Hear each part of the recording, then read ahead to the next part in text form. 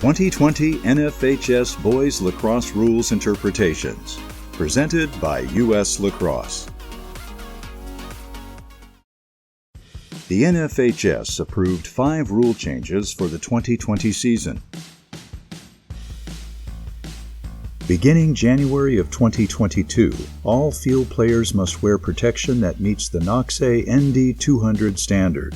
This rule allows a change made last year that requires all goalkeepers to have chest protection that meets the NFHS standard by January of 2021. The new equipment standards are required in 2021 and 2022 to address commotio cordis, a rare but potentially fatal injury. Products are now available on the market for both goalies and field players. A list of approved products can be found at www.seinet.org. Only products that are on the SEI list and contain this marking will be legal for play. It is no longer the duty of a chief bench official, CBO, to ensure that there are too few players on the field. If a player legally enters the game after play has been restarted and gains an unfair advantage as a result of delaying their entry onto the field, the penalty is a technical foul for a delayed substitution. To speed up play, starting this season, officials are instructed to restart play as quickly as possible at or near the location of the violation. Now, play can restart when a defensive player is less than 5 yards from the offensive player in possession of the ball. If a situation occurs, the defensive player must allow the player in possession of the ball a direct path to the goal, and the defensive player may not defend the player in possession of the ball until they have reached a distance of 5 yards or more from the ball carrier. When a defender fails to reach a distance of 5 yards or more before defending the ball carrier, it will result in a 30-second technical foul for a delay of game. There are still instances to delay the start of a game, and they include when an offensive player is less than 5 yards from the player in possession of the ball. The goalkeeper shall be given a maximum of 5 seconds to re-enter the crease on any restart. An unfair distance advantage gained by an offensive player with the ball who starts running downfield before a whistle is blown to restart play. If the ball continues to roll downfield after play was suspended and a player tries to resume play in a spot away from the location when play was suspended. In these cases, officials shall ensure that play is restarted properly rather than quickly, according to the rules, to ensure that an unfair advantage has not been gained. This first clip is an example of a defender not reaching a distance of 5 yards or greater before defending the ball carrier. After an over and back violation, attack man number 12 on the brown team picks up the ball and play is resumed quickly by the officials. Number 13 white is at a distance which is less than 5 yards from the ball carrier number 12 brown when the official blows the whistle to resume play. Because number 13 white contacts number 12 brown before a distance of 5 yards or more is gained, the official correctly flags number 13 white for a technical foul, delay of game. The following clips are good examples of defenders that correctly give a distance of 5 yards or greater after a loose ball technical foul. Pay attention to the defenders backing off of the offensive player who has the ball. For the purpose of these clips, whether the defender chooses to engage the ball carrier is moot. The important thing to watch is the defender actively moves away from the ball carrier and gains a distance of 5 yards or more. Once the 5 yards are gained, they are free to engage the ball carrier. The following clip is an example of an offensive player who correctly establishes themselves inbound and waits until the official blows their whistle to restart play. When an offensive player correctly establishes themselves in bounds or in the correct location with the ball, it allows defenders to know how far away they need to be and allows officials to restart play quickly.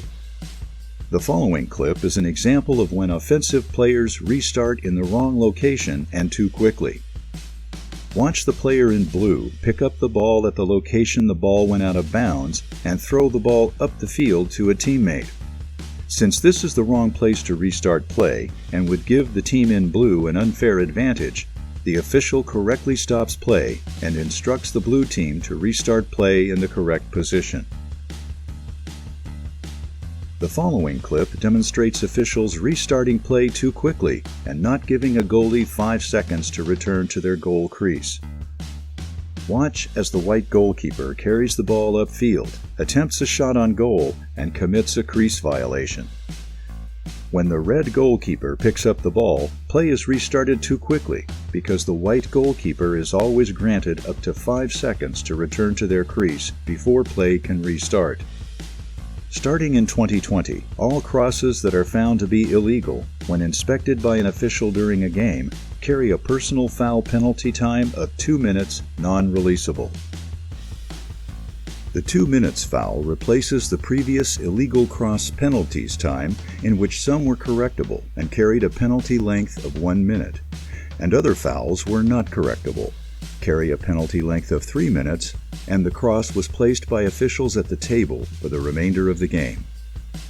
All penalties are 2-minute non-releasable fouls in duration, and the cross can be corrected for use later in the game. It is also the responsibility of the player and coach to assure that the stick is legal for play.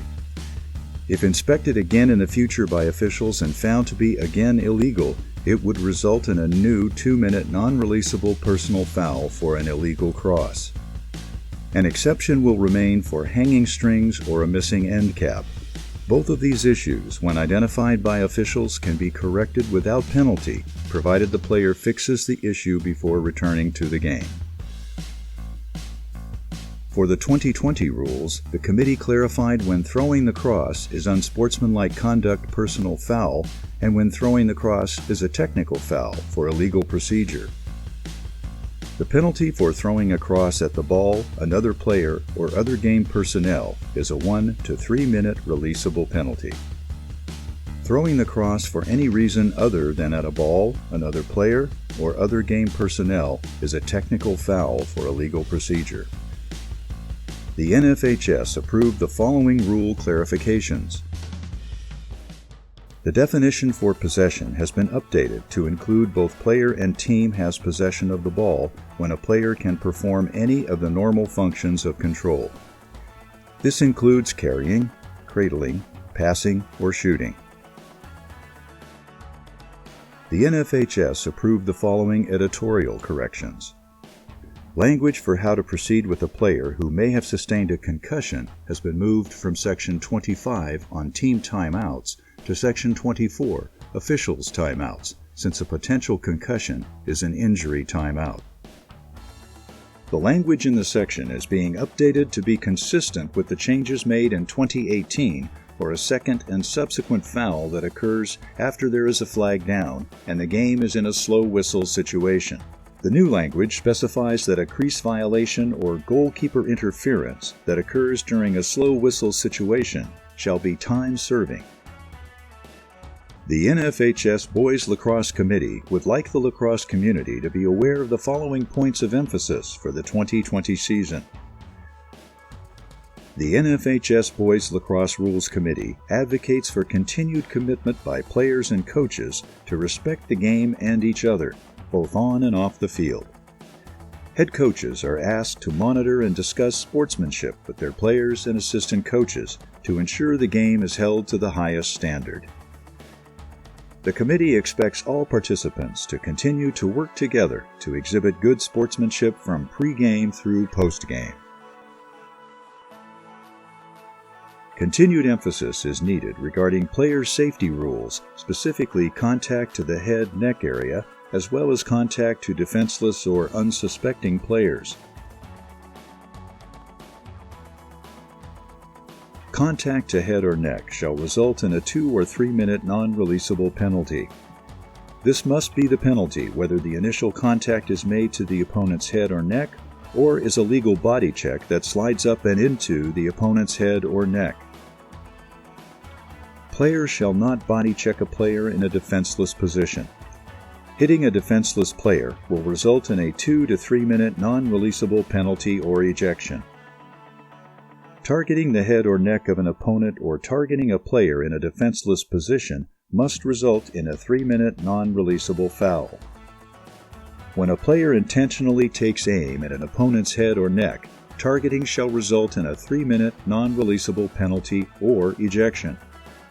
A 2019 questionnaire completed by both coaches and officials indicated a concern regarding pace of play. To address these concerns, the committee revised the rules related to restarts. Officials shall restart play as soon as possible, and play can restart with a defensive player or players within 5 yards of a player in possession of the ball. The committee is still concerned about reports of the stalling rules not being properly and consistently used in games. Officials should give particular attention to the definition and application of stalling rules. Future equipment and uniform changes. Goalkeepers will be required to wear chest protectors designed for lacrosse that meet NFHS ND 200 at the time of manufacture on January 1, 2021. The following year, on January 1, 2022, all field players will be required to wear chest protection designed for lacrosse that meets the NFHS ND 200 standard. Last, starting January 1, 2022, the home team will be required to wear a white jersey, and the away team will be required to wear a non-white jersey.